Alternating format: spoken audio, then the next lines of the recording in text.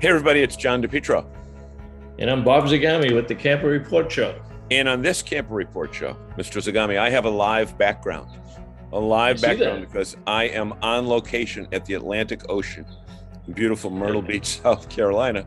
We're going to tell you all about this park where we're staying in a couple weeks here on the Camper Report Show.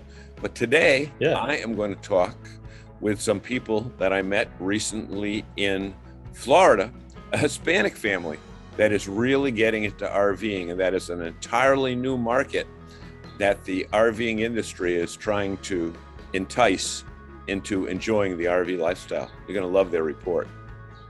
That sounds great, and I see that nice beach background, but your attire reflects your Massachusetts roots. So hopefully the sun will come up and it'll get a little bit warmer. Well, I am in South Carolina, but it's 46 degrees.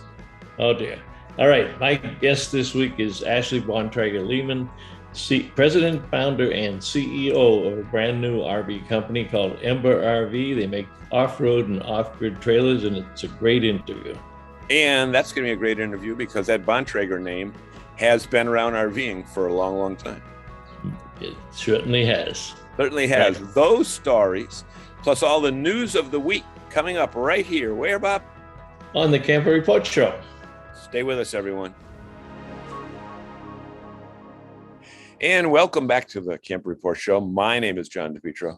His name is Bob Zagami. And Bob, the theme for our show this week is new investments in RV parks. And we've got kind of two extremes.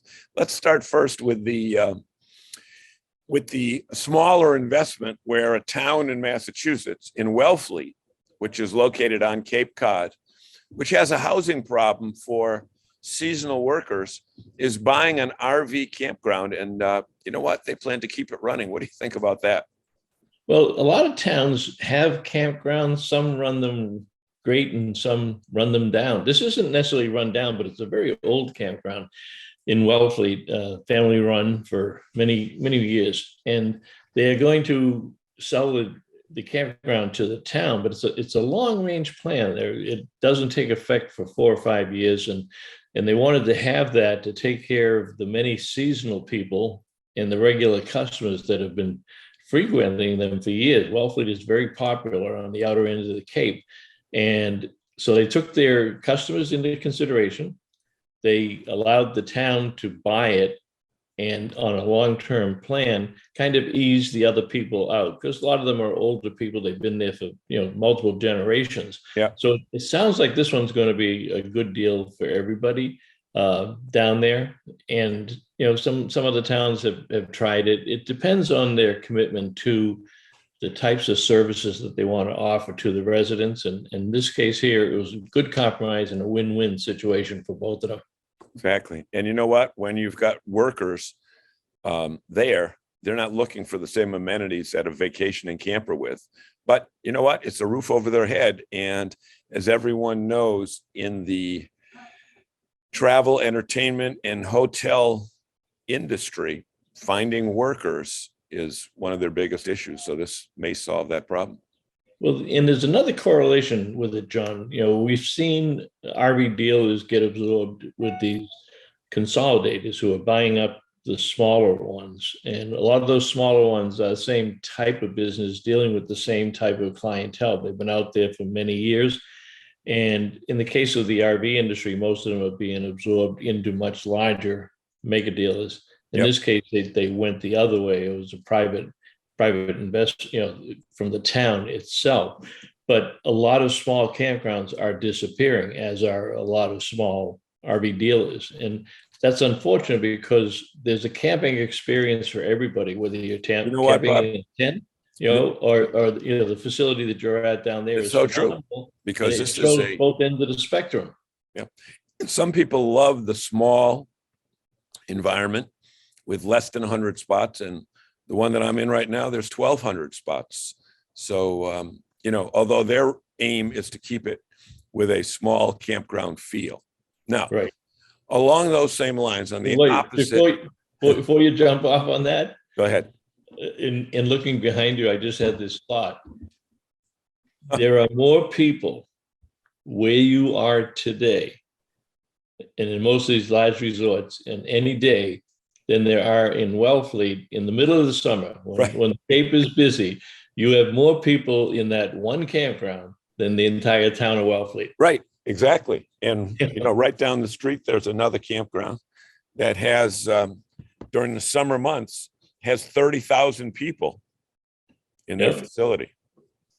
So anyway, now along those same lines, at the opposite end of the spectrum, Wasting Away Again in Margaritaville is a very popular song, but the Margaritaville Corporation affiliated with Jimmy Buffett is certainly not wasting away at all. They probably more than anyone else in the entire United States right now are investing in the RV community.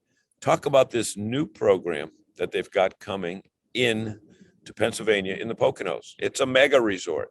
Yeah, the Poconos isn't someplace that you would expect to find a tiki hut and palm trees, but they're going to. The company's on a roll to do 30 to 50 of these resorts over the next 3 to 5 years with the tiki hut theme and the Jimmy Buffett theme, and they're going to be luxury high-end resorts. I'm going to try to get up to the one in Auburndale, Florida, before I head back up to Maine in a few weeks. And that one, Julie and Mark Bennett had done a review for RV Love for their own website, and they've got campsites that go for over $200 a night. They start at about 80 and go over 200. So any of these Margaritaville, you can't call them campgrounds, but they are luxury RV resorts. They are intended for the higher end of the market, or people that would have gone to Disneyland or would have gone to a major hotel in a major tourist attraction.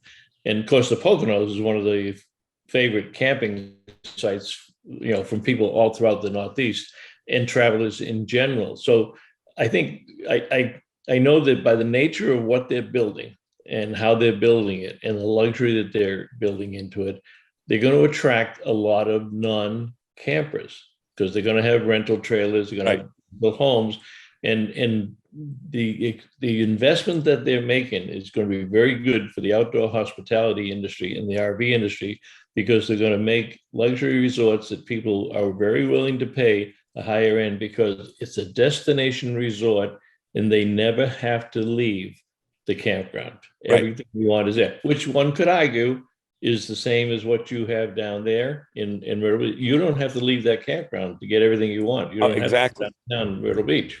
Exactly. I am, overlooking the Atlantic Ocean right now. And, let me turn this around. You can see a little bit better. I mean, the ocean is right over my back. But the other thing with Poconos is you are building in the major population area of the United States, the densest population from that Washington, D.C. up to New York area. They're not just going to pull from people that live a couple towns out. This is going to be a major destination. It's going to have population capital. It's a good point. I mean, Virginia and D.C. up there, all the way down from Maine and New England and upstate New York, they've got a tremendous pull with RVers and campers. There's no question about it. Yep. So much going on in the industry, and so much that our audience can take advantage of in the immediate future. So with that being said, we are going to be back with our two features right after this. And Bob, what are people watching right now? The Camper Report Show. Stay with us, everyone.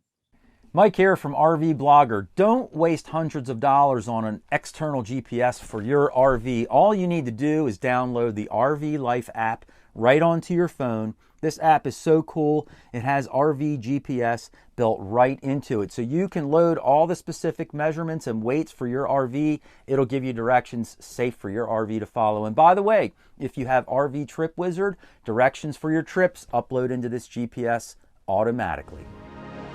All right, welcome back, everybody, to the Camper Report Show. And my guest this morning is Ashley Bontrager Lehman. Ashley, I haven't seen you for a while. You've been very busy. Yeah. You got this little new RV company. Tell us a little bit about yourself and your dream come true here. Sure. So I am president and CEO of the newly founded vehicles here in Bristol, Indiana. We got our start in late 2020, really actually beginning of 2021.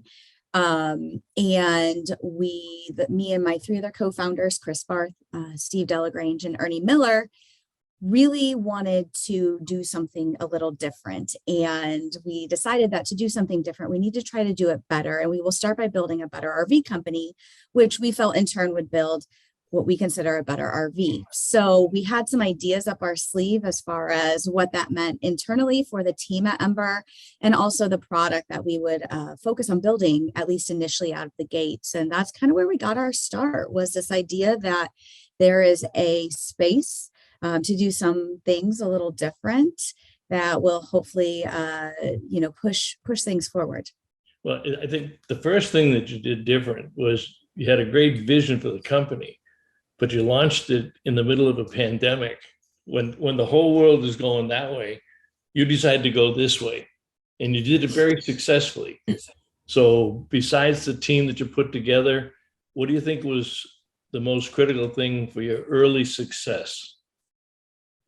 To your point, we got a lot of "are you crazies" right now in the middle of a pandemic. But what we did know was that the RVing lifestyle, the camping lifestyle, was gaining a lot of popularity because people didn't want their vacations taken from them. But RVing allowed them still the freedom to go out and enjoy time with their family and friends. So we saw this need to, the other thing that we saw was that traditional campgrounds were full because people were out enjoying RVs and the camping lifestyle. So we saw a little niche that we could get into, that we could build off-road and off-grid campers straight from the factory, allowing the end user to take it right from the dealership and not have to go to your traditional campground. And I think it doesn't just mean going completely off-road in the mountains or something like that. It can be as simple as going to your aunt's, field where she owns a lot of property and just getting away from it all. Just kind of going off the pavement was really where we were mostly focusing on, so that people didn't feel that they were confined by the traditional campground with their traditional hookups. So that was really our focus for our initial product launch. We officially launched it really in January of this year when we were at some of our retail shows. It was kind of our first real push to our customers, and the initial response was really great. A lot of excitement around what we were doing, the fact that we were giving them the independent suspension with a tougher chassis so that they could go off-road, and then pairing it with larger tank sizes and solar straight from the factory to allow them to go off-grid as well, so they could unplug.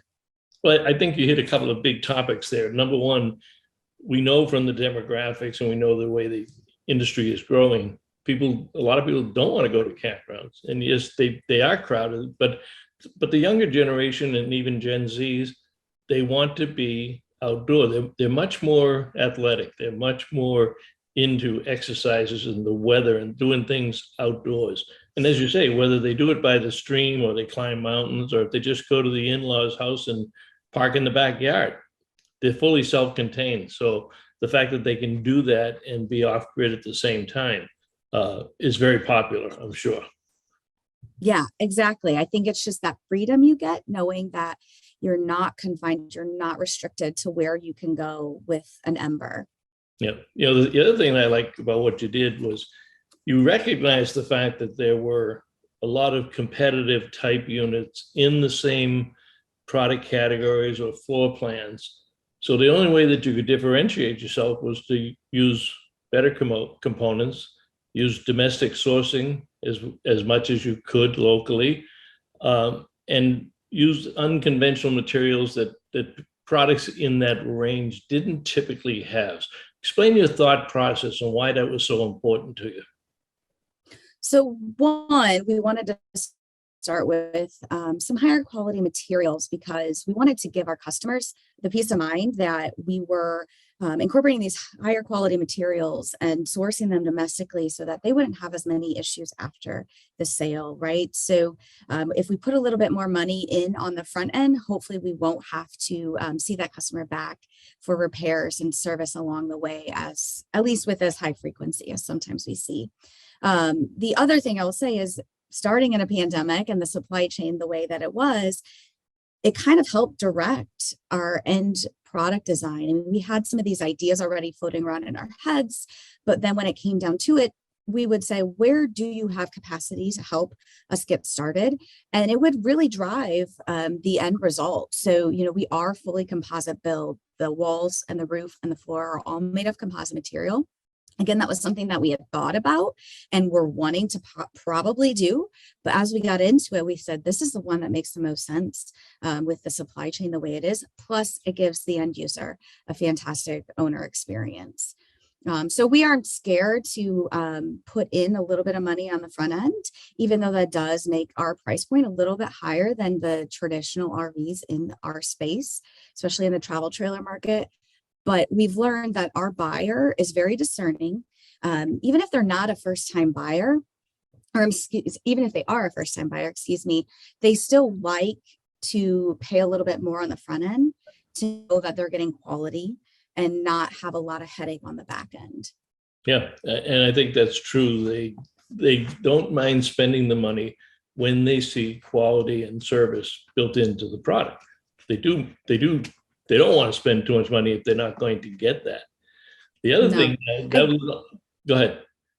I was just say, I think about, so many of us, for instance, on the iPhone have been paying how much for iPhones for years. It's a more expensive phone, but we like it because it's simple. It functions well.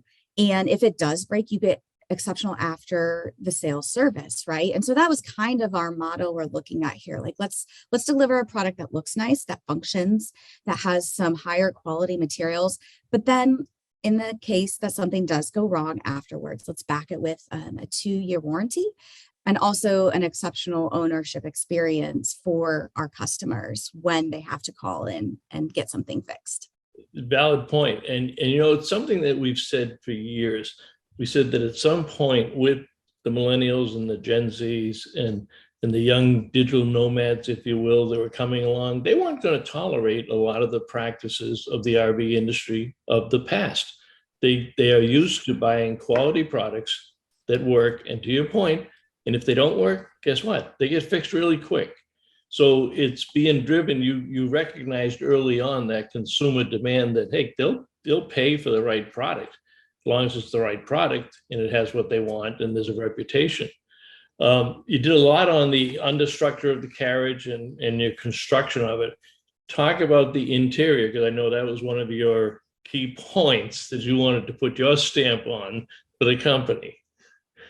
Sure. So a lot of times with especially off-road and off-grid trailers, I think you walk into the inside and it doesn't feel very welcoming or homey. So I really enjoy interior design. So that was my contribution to our product development, at least the most strong part of my contribution to our product development. And I wanted to make it welcoming and inviting and still feel like home. So even if you are off-road, away from your normal amenities in your house, you still feel like you can have a place of comfort and relaxation inside the RV. So I liked to keep the color palette pretty neutral so that the person, the owner, the female, whoever can come in and kind of put their own colors and their own spin into it without it being overpowering or kind of pushing our customers into one very specific interior design palette. So that was really my thought process in doing that. Long overdue in our industry. It's kind of funny because my wife owns her own kitchen and bath design company. She has for 30 years. And whenever she would come with me to an RV show, she would take one look inside some of these RVs and turn around and walk out and says, who designs these? They all look the same. You close your eyes with it and they all look the same.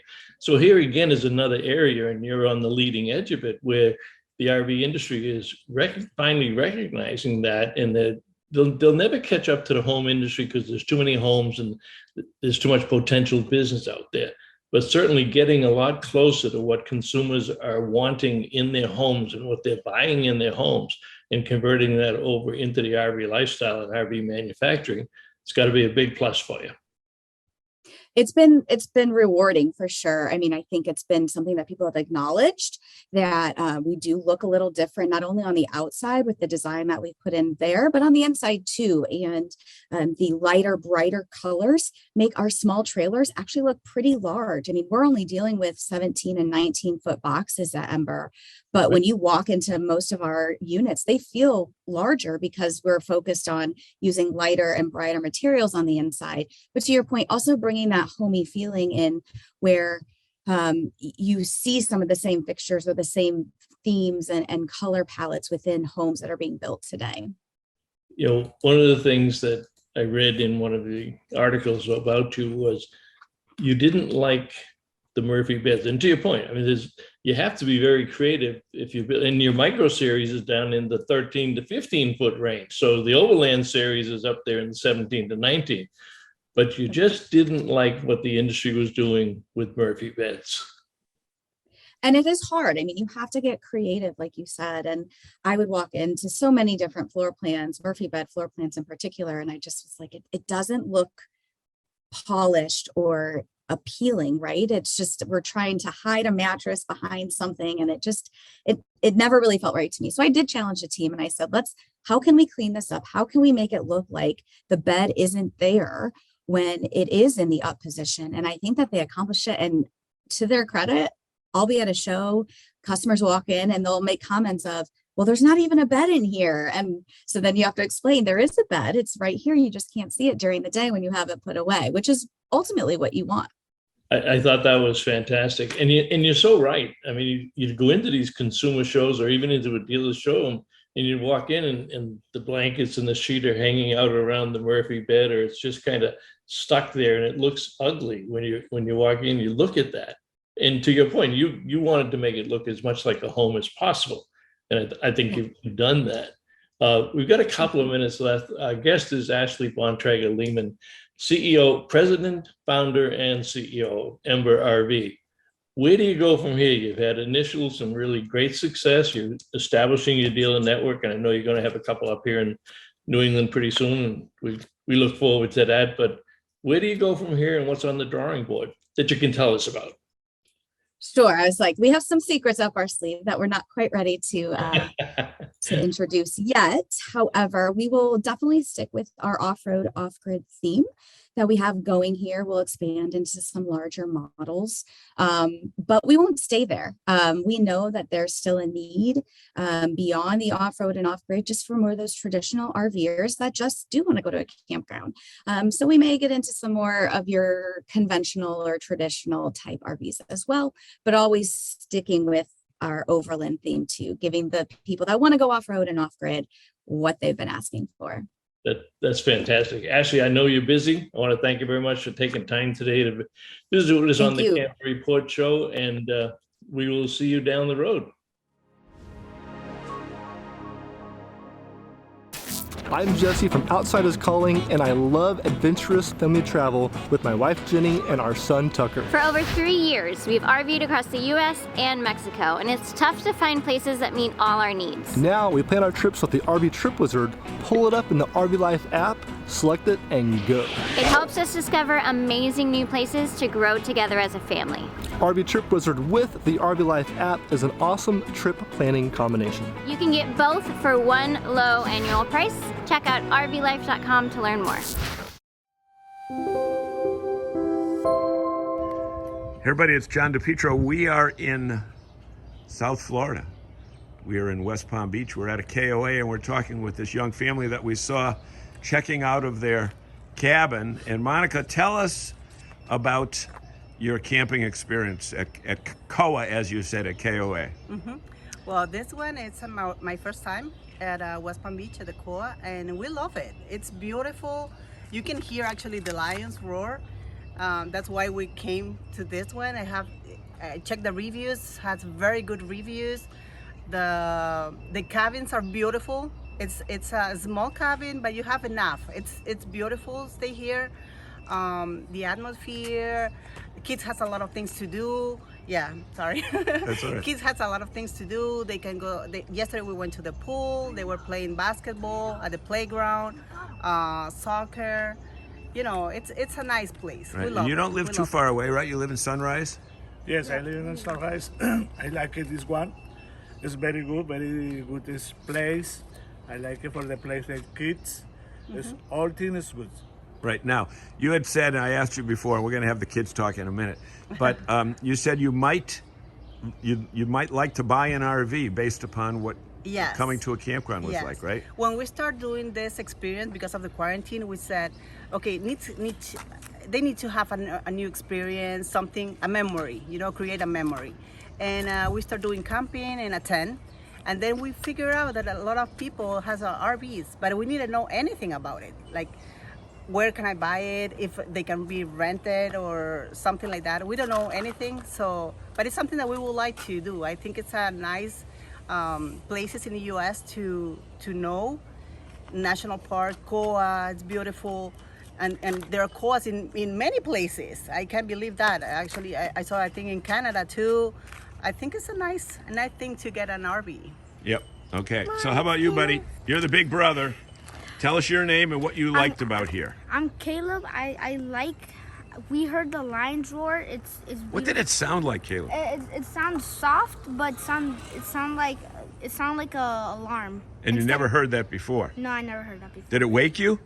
No. No, you were awake already. We were here once, but we were never in the KOA. We never knew that there was a KOA here.